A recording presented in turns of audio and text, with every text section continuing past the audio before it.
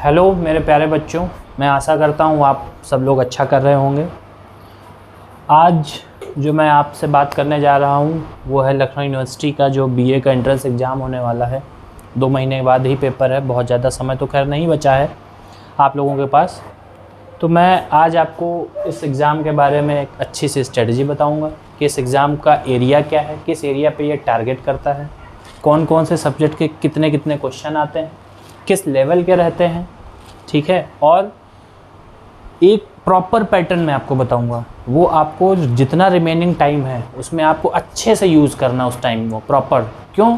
क्योंकि कैंपस में आपको एक अच्छी रैंक लानी है। सबसे पहली चीज़ अगर हम आप लोगों को बताएं, बेसिक चीज़ मैं बता देता हूँ। देखो, सिलेबस बता दूंगा मैं, स्ट्रेटजी बता दूंगा, वो सब अच्छी बात है, आप सुन भी लेंगे, सुन के आराम से अरे वाह बढ़िया है, ये सब अच्छी चीज़ है। लेकिन उसको फॉलो करने का काम, इम्प्लीमेंट कौन करेगा, वो जिम्मेदारी आपकी है। अगर जब तक आप इम्प्लीमेंट नहीं करेंगे चीज़ों को, तब तक आपका सिलेक्शन इसमें नहीं होगा।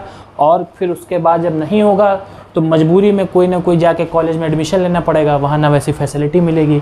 और आप इतना अच्छा 12th पढ़ के आए हैं, आपका बेस मजबूत है, स्ट्रांग है, तो आपको जब कॉलेज अच्छा नहीं मिलेगा तो जो आपकी बनने की स्टेज है, जहाँ से आपको अपनी लाइफ में बूम मारना है, जहाँ पे आपको ऊपर तरक्की करनी है, वही स्टेज आप गड़बड़ कर लेंगे।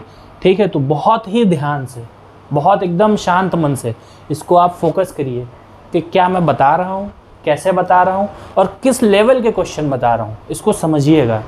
और उसके बाद मैं आपको किताब भी बताऊँगा बाद में। एक कंबाइंड बुक आती है, उसमें लगभग ऑलमोस्ट सिलेबस की बेसिक सारी चीज़ें होती हैं। तो पहले आपको एक आइडिया होना चाहिए कि पेपर का लेंथ क्या है, किस लेवल तक क्वेश्चन आते हैं, है ना। तो सबसे पहली चीज़ जो मैं आपको बताने वाला हूँ सिलेबस की, उसमें सबसे पहले अगर हम बात करें तो जनरल इंग्लिश आती है। ठीक है बच्चों,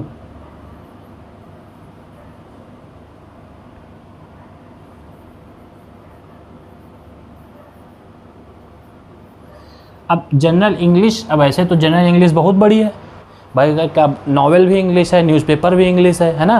तो एक एरिया तो होगा ना जहाँ पे पेपर वो हिट करता होगा लखनऊ यूनिवर्सिटी की, हाँ मुझे यहाँ से पर्टिकुलर क्वेश्चन मुझे बनाने हैं, कैसे बनाने हैं, है ना। तो सबसे पहला इसका जो सब टॉपिक है उसको बोलते हैं हम लोग कॉम्प्रीहेंशन।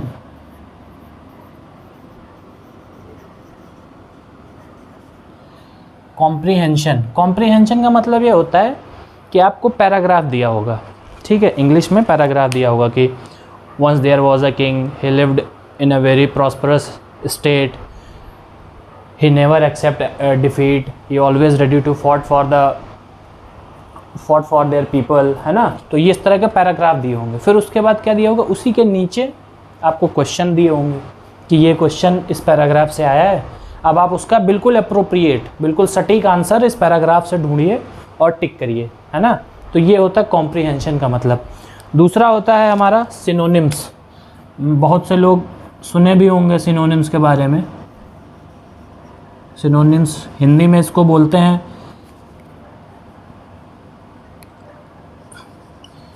पर्यायवाची, है ना। पर्यायवाची का मतलब ये हो गया कि एक ही शब्द के कई मतलब हो सकते हैं, मतलब नहीं, एक तरीके से कहेंगे एक ही चीज़ को कई नामों से संबोधित कर सकते हैं, है ना। जैसे सूरज है, हिंदी में बात करेंगे, जैसे सूरज है तो दिनकर, रवि, भास्कर ऐसे होता है ना।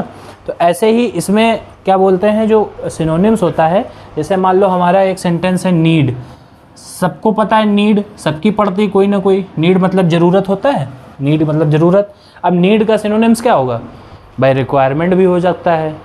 क्यों भाई, कहते नहीं बहुत लोग कि हमें नीड है, बहुत लोगों को सुना हुआ कहते होंगे हमें रिक्वायरमेंट है। तो ये बहुत बेसिक जो सिनोनिम्स होते हैं, बहुत टफ नहीं पढ़ना कि विलियम शेक्सपियर खोल दिए जाके उपन्यास, सारे सिनोनिम्स आता तो लाओ बड़े बड़े हैवी वर्ड नहीं आने। नीड हो गया बेसिक, एकदम रिक्वायरमेंट हो गई तुम्हारी बेसिक, जैसे नीड, रिक्वायरमेंट, बेसिक, है ना।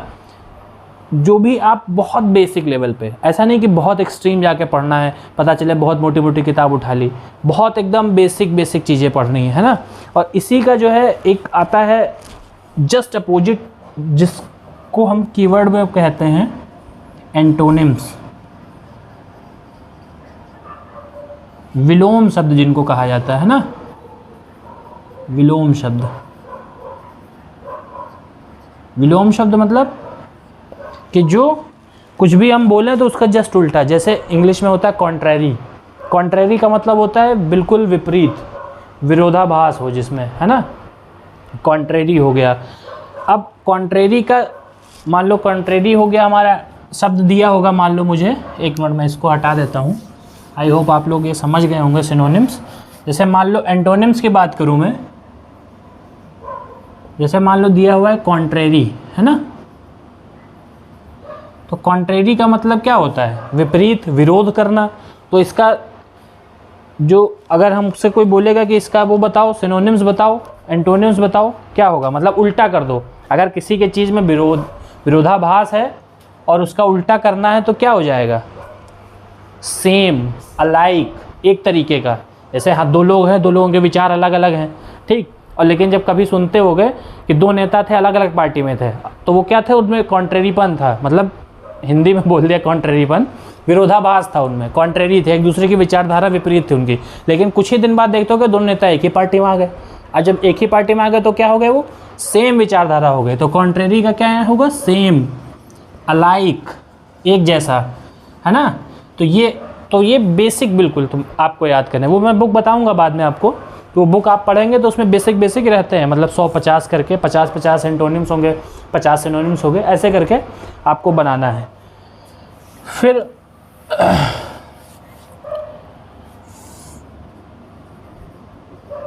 फिर आता है इडियम्स।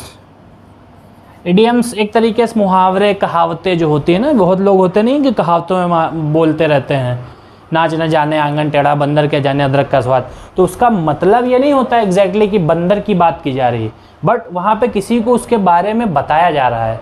कैसे कि नाच न जाने आंगन टेढ़ा, मतलब किसी को कोई काम करना नहीं आ रहा है तो उसके ऊपर ये कहावत बोली गई। तो ये इंग्लिश में आते हैं, है ना, इडियम्स। इडियम्स को ही बोलते हैं हिंदी में कहावतें, मुहावरे, है ना।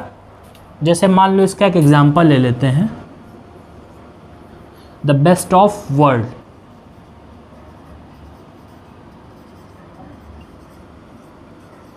ठीक है, अब ये एक कहावत है, इडियम्स है ये। अब ऐसे इसका शाब्दिक अर्थ निकालोगे सीधा सीधा तो आएगा बेस्ट ऑफ वर्ल्ड, मतलब संसार का अच्छा। अब किसी से बोलोगे तो कहेगा यार ये क्या बात हुई, संसार का अच्छा मतलब क्या? लेकिन ये एक इडियम्स है, तो इसका मतलब क्या होता है? enjoying to opportunity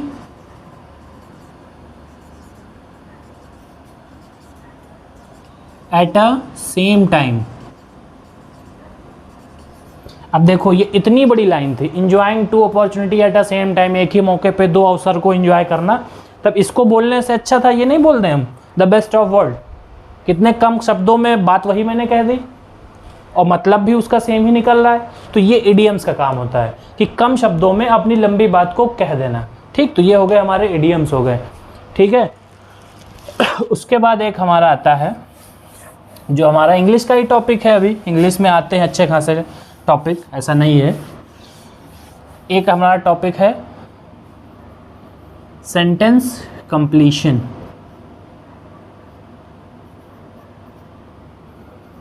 sentence completion, ठीक, इसमें क्या होगा? जैसे सेंटेंस लिखा होगा तो मान लो बीच में हेल्पिंग वर्ब मिसिंग होगी या वर्ब की थर्ड फॉर्म लगी है तो सेकंड। आप आई होप आप लोगों ने टेंसेस पढ़े होंगे, प्रेजेंट टेंस होता है, पास्ट होता है, फ्यूचर होता है, फिर उनके भी 4 पार्ट होते हैं, present indefinite tense, present perfect tense, present continuous tense, है ना, ऐसे करके पार्ट होते हैं। ठीक, present perfect continuous tense.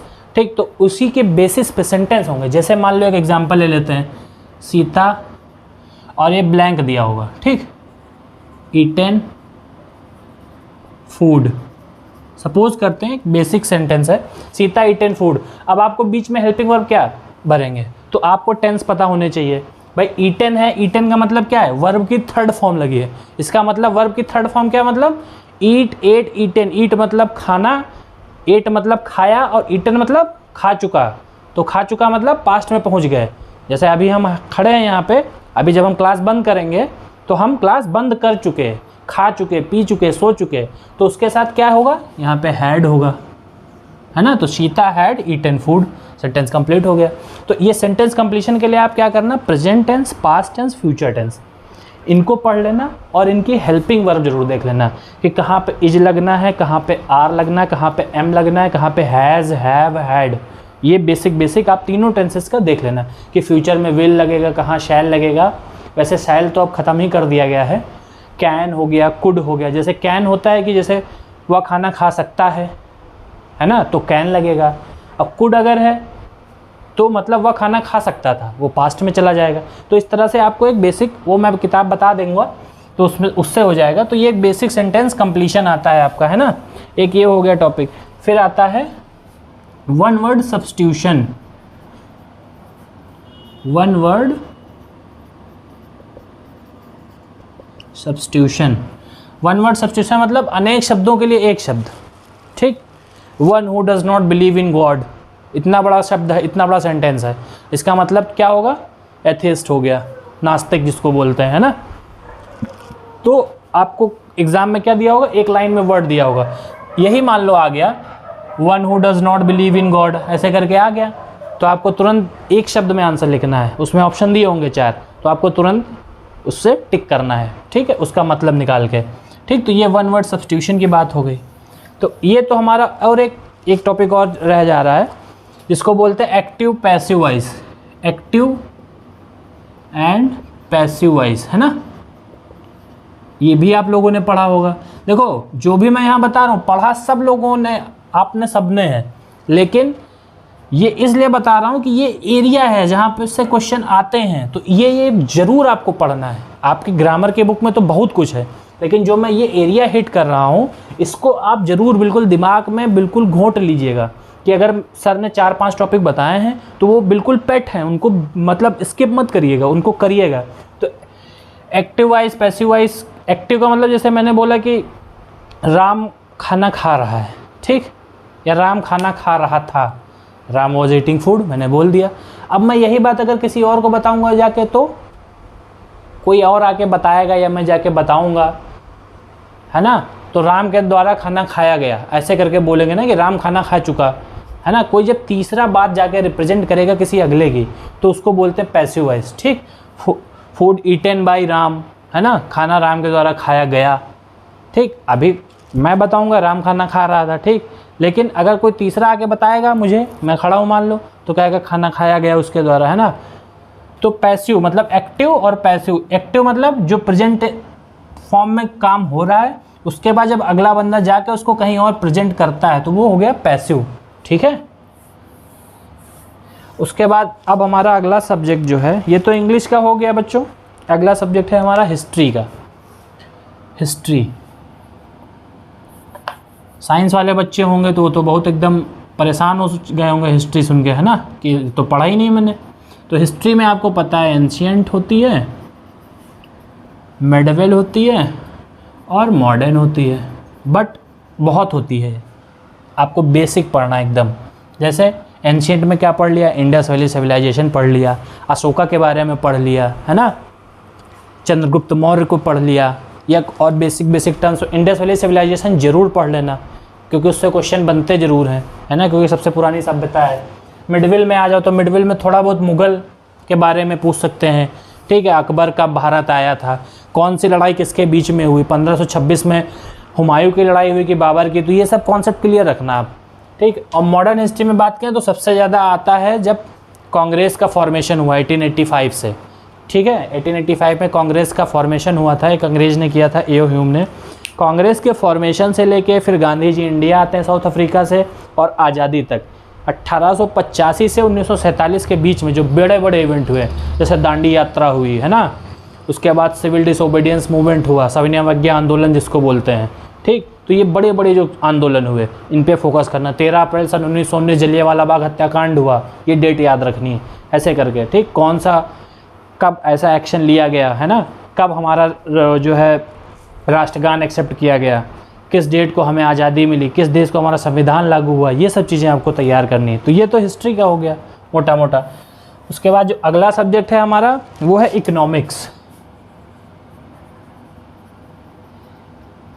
Economics को हिंदी में बोलते हैं अर्थशास्त्र।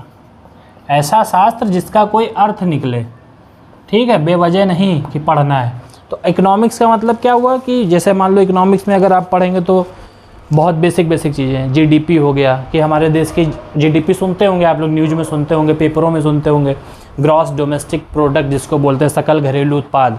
तो जीडीपी क्या होती है? किसी कंट्री की जो बाउंड्री है, उस बाउंड्री के अंदर एक साल के अंदर जितना उत्पादन हुआ चीज़ों का, उसको जब जोड़ते हैं तो हमारी निकलती है जीडीपी। ठीक, तो ये बेसिक टर्म। इन्फ्लेशन, मुद्रास्फीति, जैसे बहुत महंगाई चल रही इस समय, है ना, तो इन्फ्लेशन के बारे में पढ़ लो। इन्फ्लेशन मतलब कई तरह की होती है, 4-5 तरह की इन्फ्लेशन। इन्फ्लेशन का क्या मतलब हुआ कि भाई चीज़ों के दाम बढ़ रहे हैं, लोगों के पास पैसा भी है। देखो बेसिक होता है क्या इन्फ्लेशन बढ़ने का कारण क्या है? जैसे क्या हुआ, हमारे पास मान लो पैसा है, ठीक, हमने क्या किया, हमारी महीने में 10 लाख इनकम है, ठीक है, 10 लाख हो रही है, तो मैं 10 लाख के हिसाब से अपनी लाइफ जीऊँगा। मैं डिमांड क्रिएट करूँगा मार्केट में। जब मैं डिमांड करूँगा तो उधर से क्या होगा, और मेरे जैसे 100 लोग और डिमांड क्रिएट करेंगे, तो जो हम लोग को माल सप्लाई कर रहा है उसके पास क्या होगा, शॉर्टेज होगी उस चीज़ की। जब शॉर्टेज होगी तो वो क्या करेगा, दाम बढ़ाएगा। वो जब दाम बढ़ाएगा तो जब दाम बढ़े और हमारी इनकम उतनी ही रहेगी 10 लाख ही, तब हम बोलेंगे अरे यार महंगाई बहुत बढ़ गई है। जैसे पेट्रोल बढ़ रहा है इस समय, अभी बात करें जो अगर 106 रुपये में हो गया, इनकम वही रह गई और चीज़ों के दाम बढ़ गए, तो उसको बोलते हैं मुद्रास्फीति, इन्फ्लेशन। ठीक है, तो ये बेसिक कॉन्सेप्ट दिमाग में रखना।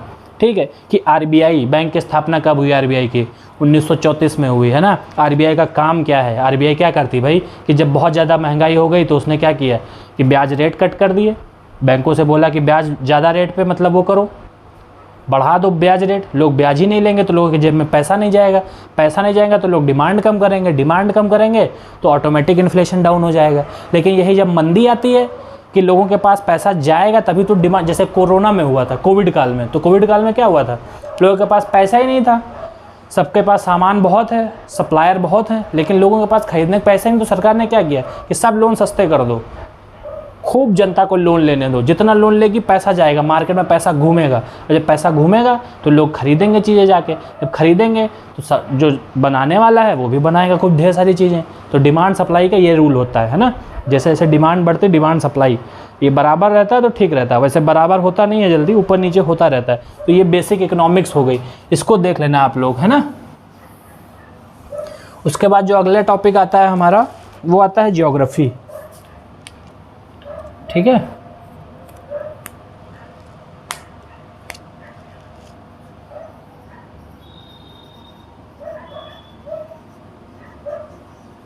ज्योग्राफी, भूगोल। ठीक है, अब ज्योग्राफी की अगर बात करें, आप लोग सब लोग अपने आसपास कहीं घूमने गए होंगे तो पहाड़ भी देखे होंगे, नदियाँ भी देखी होंगी, है ना।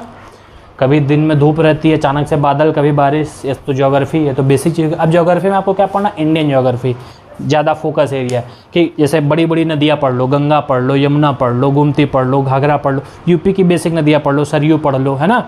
ऐसी ऐसी नदियाँ पढ़ लो, ब्रह्मपुत्र पढ़ लो, इंडस पढ़ लो, ये बड़ी बड़ी नदियाँ हो गई, इनको पढ़ लो। कहाँ से कौन सी नदी निकलती है, किस ग्लेशियर से निकलती है। ठीक है, सारे स्टेट पढ़ लो कि कौन सा स्टेट कहाँ पे पड़ता है, किस स्टेट में कौन सा पार्क है ना। जैसे नेशनल पार्क हो गए हमारे, बायोस्फीयर रिजर्व हो गए, है ना, कि जहाँ पे जानवरों को संरक्षण दिया जाता है कि जानवरों को भाई लोग कोई मारे ना, उनकी हंटिंग ना करे, उनको ले जाके चोर बाज़ार में ना बेच दे, ब्लैकमेलिंग ना कर दे उनकी, है ना। तो उस चीज़ से बचाने के लिए एक एरिया प्रोटेक्ट कर दिया, उसको बोलते हैं नेशनल पार्क। ठीक, तो ये बेसिक उसमें लिखे होंगे, जो मैं बुक बताऊँगा उसमें 10, 15, 20, 25 ऐसे होते हैं, वो सब रट लो। मतलब दिमाग में एकदम रटना है, ये नहीं है कि बिल्कुल अच्छा सर बताएं ठीक है देख लेंगे एक बार। देखो, रिवीजन इज़ द मेन की, रिवीजन ही मेन की है वो जो आपको सिलेक्शन दिलाएगी। आप ये सोच रहे हैं कि एक बार पढ़ लेंगे हो जाएगा, कभी नहीं होगा, किसी भी एग्जाम में नहीं होगा। इतनी बार पढ़िए उस चीज़ को जो वो दिमाग में छप जाए, चिपक जाए। जब वहाँ जैसे ही क्वेश्चन आए कि नंदा देवी पर्वत कहाँ है, हिमालय की काराकोरम रेंज कहाँ है, गंगा कहाँ से निकलती है, समझ रहे हो, यमुना कहाँ से निकलती है, यमुना की ट्रिब्यूटरी कौन सी है, तो दिमाग में एकदम चिपका रहे, अरे ये तो गलत ऑप्शन है, ये वाला सही है। ऐसे बिल्कुल एकदम उस पर कमांड, बिल्कुल झपट पढ़ो। तो ये कब तभी होगा जब रिवीजन होगा। और रिवीजन का मतलब ये नहीं है कि आज बैठे हैं नहीं पढ़ने के माने नहीं पढ़ रहे हैं, कल उठे एकदम से पढ़ लिए 12 घंटे, उसको नहीं बोलते हैं अच्छी पढ़ाई। आप 4 घंटे पढ़िए, रोज़ पढ़िए, लेकिन किसी भी दिन गैप मत करिए। आज पढ़िए 4 घंटे, कल पढ़िए 4 घंटे, ऐसे कर करके जब आप जोड़िए जाके 1 महीने में तो 120 घंटे हो गए आपके, है ना। 120 घंटे आप लगातार पढ़ते रहे 1 महीने में 4-4 घंटे करके, तो इसका बहुत बड़ा रोल होता है। एक दिन पढ़ने से नहीं होता, लगातार पढ़ने से होता है। तो ये तो ज्योग्राफी की बात होगी। इंडियन ज्योग्राफी पढ़ लेना बेसिक, ठीक है। नदी, पहाड़, हिमालय के रेंजेस पढ़ लेना, नदियाँ मेजर पढ़ लेना, ठीक है। और थोड़े बहुत पार्क देख लेना कि कौन सा पार्क कहाँ पे है, टाइगर रिजर्व देख लेना कि, और जो बहुत ज़्यादा जैसे मान लो कि करंट का और भी आ जाते हैं, 2-4 अवार्ड आ जाते हैं, किसको कौन सा अवार्ड दिया गया है ना, कि सर्वश्रेष्ठ फिल्म कौन सी थी, या इस फिल्म के लिए किसको पुरस्कार दिया गया, या ये साहित्य अकेडमी अवार्ड किसे दिया गया, या ये कौन से लेखक को किस उपन्यास के लिए ये दिया गया है ना, पद्मश्री किसको दिया गया, जैसे पूछ लिया कि कौन से ऐसे सिंगर हैं जिनको पद्मश्री दिया गया, ठीक। तो ये बेसिक ये करंट उसमें रहेगा, जनरल नॉलेज जो मैं बताऊँगा बुक उसमें रहेगा, ठीक। तो ये हो गई ज्योग्राफी। अब बात करते हैं पॉलिटिकल साइंस की।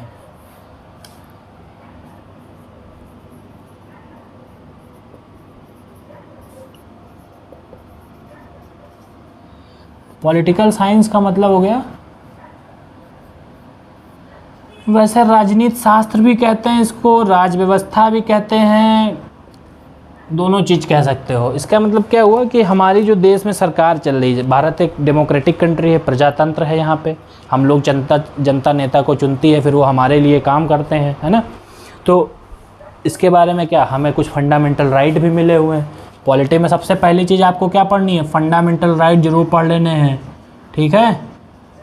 फंडामेंटल राइट, ठीक। 12 से 35 होते हैं ये, ठीक। 12 में क्या है, अभी डिटेल में नहीं बताऊंगा, नहीं बहुत लंबा वीडियो होगा, अलग सेशन लूँगा, पूरा पॉलिटी का एकदम बढ़िया वीडियो बनाऊंगा, एक एक फंडामेंटल राइट बताऊंगा। डीपीएसपी हो गया आपका, है ना। डीपीएसपी फंडामेंटल राइट वो है कि as a citizen, as a Bharat के नागरिक आपको कौन कौन से अधिकार प्राप्त हैं। ये थोड़ी कि कोई आप भी आपको ऊपर हावी हो जाएगा, आपको वो अधिकार है। आप पुलिस के पास जाइए, अदालत के पास जाइए, सरकार के पास जाइए, आपको पूरे अधिकार मिले हुए। डीपीएसपी क्या होता है, जिसको हिंदी में बोलते हैं, ये तो मूल अधिकार बोलते हैं भैया इसको हिंदी में। राइटिंग का थोड़ा इशू है, जहाँ वैसे समझ में आ रही होगी, इतना भी नहीं वो है इशू। नीति निर्देशक तत्व, ठीक है, इसको डीपीएसपी को बोलते हैं, directive principle of state policy. नीति निर्देशक तत्व ये हमारे होते हैं 36 से 51, ठीक। ये हो गए। फिर हमारा आता है, अगर आप देखेंगे, फंडामेंटल ड्यूटीज़, फंडामेंटल ड्यूटीज़ इसको 51A में डाला गया है। भाई तुमने यहाँ अधिकार ले लिए, यहाँ पे क्या क्या नीति निर्देशक तत्व तो क्या करते हैं कि सरकार कोई भी पॉलिसी या कुछ ऐसा जो समाज के कल्याण के लिए कोई काम करने को लाती है, तो उसमें क्या करती है, इन पॉलिसी बनाई गई है कॉन्स्टिट्यूशन में, इनको ध्यान में रखते हुए वो कोई भी पॉलिसी इम्प्लीमेंट करती। तो यहाँ तुम फ़ायदा ले रहे हो, यहाँ फ़ायदा ले रहे हो, तो कुछ जिम्मेदारी तुम्हारी देश की तरफ भी होगी, इसीलिए फंडामेंटल ड्यूटी बनाई गई कि भाई कुछ देश के लिए भी कुछ तो करो। तो फंडामेंटल ड्यूटी में क्या है, अपने देश के राष्ट्रगान का सम्मान करना, फ्लैग का सम्मान करना, कोई भी सरकारी प्रॉपर्टी है तो उसकी रक्षा करना, उसको क्षति नहीं पहुंचाना, है ना। तो ये ड्यूटीज़ हो गई हमारी। तो पॉलिटी की ये 3 चीज़ें हैं, इनको बेसिक है, इनको पढ़ लेना आराम से आप लोग। और बहुत डीप में नहीं पढ़ना है, बहुत बेसिक पढ़ना है, एकदम बहुत ही ऊपर पढ़ना है। बहुत डीप में पढ़ोगे तो परेशान हो जाओगे, और उतना पूछता भी नहीं है लखनऊ यूनिवर्सिटी एंट्रेंस में। लेकिन पढ़ना है, मल्टीपल रिवीजन करना है, अच्छी रैंक लानी है, और अच्छी रैंक तभी आएगी जब आप बार बार रिवीजन करेंगे, समझ रहे हो। उसके बाद हमारा लास्ट पार्ट आता है हिंदी का, ठीक। हिंदी में सेम वही पर्यायवाची, ठीक है। तो हम लोग बात कर रहे थे हिंदी की, तो हिंदी में क्या आता है, पर्यायवाची, है ना, वाची पर्यायवाची शब्द। और एक बात और याद रख लो सब लोग, इतनी देर से जो हम गाथा रामायण बता रहे हैं, लखनऊ यूनिवर्सिटी का एंट्रेंस बेसिक आता है, आसान आता है, लेकिन आपको पढ़ना पड़ेगा, बिना पढ़े नहीं होगा। मैं बार बार इसीलिए रिपीट कर रहा हूँ, और इसीलिए मैं ये एरिया बाकायदा आपको डिटेल में बताया हूँ कि हर एक सिलेबस कहाँ से क्या क्या आता है, ठीक है, किस टॉपिक को कितना। पिछले 2-3 साल में तो क्वेश्चन बहुत ही आसान आए थे। फंडामेंटल राइट में सीधे पूछ लिया आर्टिकल 16 क्या है ना, equal opportunity in public office, मतलब जितने भी सरकारी संस्थान या जो भी हैं वहाँ पे सबको समान अधिकार दिया जाए रोज़गार में। कुछ अपवाद भी हैं इसके, जैसे रिजर्वेशन, तो किसी कोई बैकवर्ड कास्ट है अगर, तो उसको अपलिफ्ट करने के लिए सरकार ने, कॉन्स्टिट्यूशन ने हमें जगह दी है कि भाई आप लोगों के लिए जो है वो नियम बनाए गए हैं जिससे कि ये जो बैकवर्ड सोसाइटी इसको भी आगे लाया जाए, सबके साथ कंधा मिला के चल सकें ये लोग। ठीक, चलो खैर वो तो बात हो गई। तो लखनऊ यूनिवर्सिटी का मतलब ये नहीं है, लखनऊ यूनिवर्सिटी बहुत ही मतलब बिल्कुल एकदम अच्छा खासा उसका एक वो है, इमेज है, और बहुत अच्छी यूनिवर्सिटी है। ठीक है, एकदम हवा में मत लेना। ठीक है, बहुत लोग को लगता होगा कि नहीं अरे ये बहुत बड़ी यूनिवर्सिटी देखें, ये ऐसा नहीं है। लखनऊ यूनिवर्सिटी टॉप यूनिवर्सिटी है, बेस्ट यूनिवर्सिटी है, मेरा एक्सपीरियंस है इसलिए मैं बोल रहा हूँ, ऐसा नहीं है। ठीक है, तो पढ़ना पड़ेगा इसके लिए भी, ऐसा नहीं कि लखनऊ यूनिवर्सिटी का पेपर हवाबाजी में निकल जाए। अगर आपको कोई बच्चा बोल रहा, कोई पहले का निकाला है या कुछ भी बोल रहा कि अरे निकल जाता है, सब निकल जाता है, बातों में मत आना। ठीक है, सिलेबस नहीं पढ़ोगे नहीं निकलेगा, क्वेश्चन वहाँ नहीं हिलेंगे। जिसका निकल गया है वो सही बात नहीं बताएगा, वो यही बोलेगा कि अरे ठीक है निकल जाता है, समझ रहे हो। तो पढ़ना जरूर है बार बार। तो पर्यायवाची शब्द में अगर हम लोग बात करें तो क्या है, जैसे सूर्य, शुरू में ही हमने बोला था, सूर्य को रवि, दिनकर, भास्कर, नदी हो गई, नदी को सरिता, नीर, तोय, है ना, ऐसे बोलते हैं। आसमान को क्या बोलते हैं, आकाश बोलते हैं, है ना। इस तरह के पर्यायवाची शब्द हो गए। इसी तरह विलोम शब्द होते हैं हमारे, मतलब जिनका उल्टा मतलब हो जाए, विलोम शब्द हो गए हमारे। दिन का रात हो गया, है ना, विलोम शब्द मतलब उल्टा, दिन का रात हो गया। ठीक है, और जैसे कि दिन का रात, दिन का क्या होगा, रात होगा, शाम है, सुबह हो गया। तो ये बहुत बेसिक हैं, इतना भी बेसिक नहीं आएगा, थोड़ा मैं हार्ड बताता हूँ आपको। जैसे प्राचीन है, प्राचीन मतलब पुराना, तो इसका विलोम क्या होगा, आधुनिक, जो आज का है। ठीक, तो इस लेवल के आएंगे। ठीक, तो ये हो गया आपका विलोम शब्द हो गए। ठीक, उसके बाद इसमें भी वही इंग्लिश वाला वन वर्ड सब्स्टिट्यूशन आता है। ठीक है, भगवान को ना मानने वाला नास्तिक, भगवान को मानने वाला आस्तिक, ऐसे करके एक लाइन लिखी होगी आपकी और उसमें आपको शब्द बताने होंगे। फिर अनेकार्थी शब्द, आप लोग शायद पता नहीं पढ़े हैं, दोहा नहीं पढ़े। एक शब्द, एक दोहा है, कनक कनकते 100 गुनी मादकता अधिकाय, है ना। तो कनक कनकते 100 गुनी, कनक कनक 2 बार आया है लेकिन दोनों का मतलब अलग है। एक कनक मतलब सोना जिसको बोलते हैं जो पहना जाता है, और एक कनक मतलब नींद वाला सोना। ठीक, तो अनेकार्थी शब्द, एक शब्द के कई अर्थ जब निकले, एक कनक का मतलब ये, एक कनक का मतलब ये, तो अनेकार्थी शब्द ऐसे बिल्कुल याद रखने हैं। ठीक, तो ये तो आपका हिंदी का हो गया, और अब ये आपका पूरा कंप्लीट हो गया।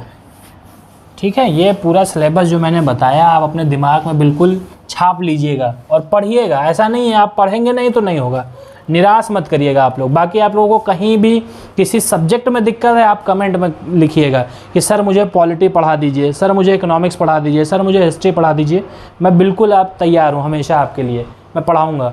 ठीक है, चैनल को भी सब्सक्राइब और लाइक और सब शेयर कर दीजिएगा, ये तो बहुत ही मतलब रिक्वेस्ट है आपसे। ठीक है, बाकी इतना दिन भर में इतनी खुराफात देखते हैं, ये मूवी वो मूवी, ये वीडियो ये कॉमेडी, तो थोड़ा ये भी कर दो, ये तो अच्छी चीज़ है ना।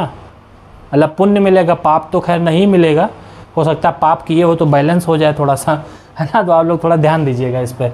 ठीक, और बाकी लखनऊ यूनिवर्सिटी की बात रही, आप लोगों ने यूनिवर्सिटी को बारे में सुना होगा बहुत अच्छे से, कई लोगों से सुना होगा। तो यूनिवर्सिटी का एक अपना एक अलग इमेज है, अलग उसका इतिहास है, और उसका पेपर इतना भी आसान नहीं है। जो मैंने बताया उसको पढ़ना है, हर हाल में पढ़ना है। एक बुक आती है, आप लोगों को बता दूं मैं, अरिहंत की बुक आती है। ठीक, अरिहंत पब्लिकेशन मार्केट में, आप लोगों ने सुना भी होगा बहुत से लोगों ने अरिहंत की। ठीक, तो अरिहंत की बुक आती है, तो उसको जो है जब आप जाएंगे मार्केट में तो उससे बोलिएगा कि अरिहंत प्रकाशन की जो बुक आती है, जो एक कंपाइलेशन होती है, ठीक है, हिंदी इंग्लिश होती है, जिसमें मैथ होती है, ये सब पूरा सब मिक्स आता है उसमें, है ना। तो जब उससे आप बोलेंगे तो आपको ये बुक दे देगा। तो बस ये था, मोटा मोटा बेसिक चीज़ें थी। बाकी किसी सब्जेक्ट को डिटेल में पढ़ना होगा आप कमेंट करिएगा, उस पर लेक्चर बन जाएगा, कोई दिक्कत नहीं है। और आई होप आप सब लोग अच्छा करेंगे। आपको एंट्रेंस एग्ज़ाम के लिए ऑल द बेस्ट। अच्छी रैंक लाइए, माँ बाप का नाम रोशन करिए, उनको भी खुशी हो कि हाँ हमारे बच्चे ने इतनी अच्छी रैंक लाई, नाम होगा समाज में, मोहल्ले में, लोग अप्रिशिएट भी करेंगे आपको। किसी के बहकावे में नहीं आना है। कोई बोले कि नहीं अरे आधा घंटा पढ़ो हो जाएगा, नहीं। जितना मैंने बताया है, अगर निकालना है, रैंक लानी है और अच्छी रैंक लानी है, तो जितना मैंने बताया है उसको आप टारगेट करके डेली टाइम टेबल सेट करके उसको फिनिश करिए। पेपर तक आते आते जैसे ख़त्म हो जाएगा, आप खुद ही रिजल्ट मिल जाएगा। Okay, thank you very much, all the best.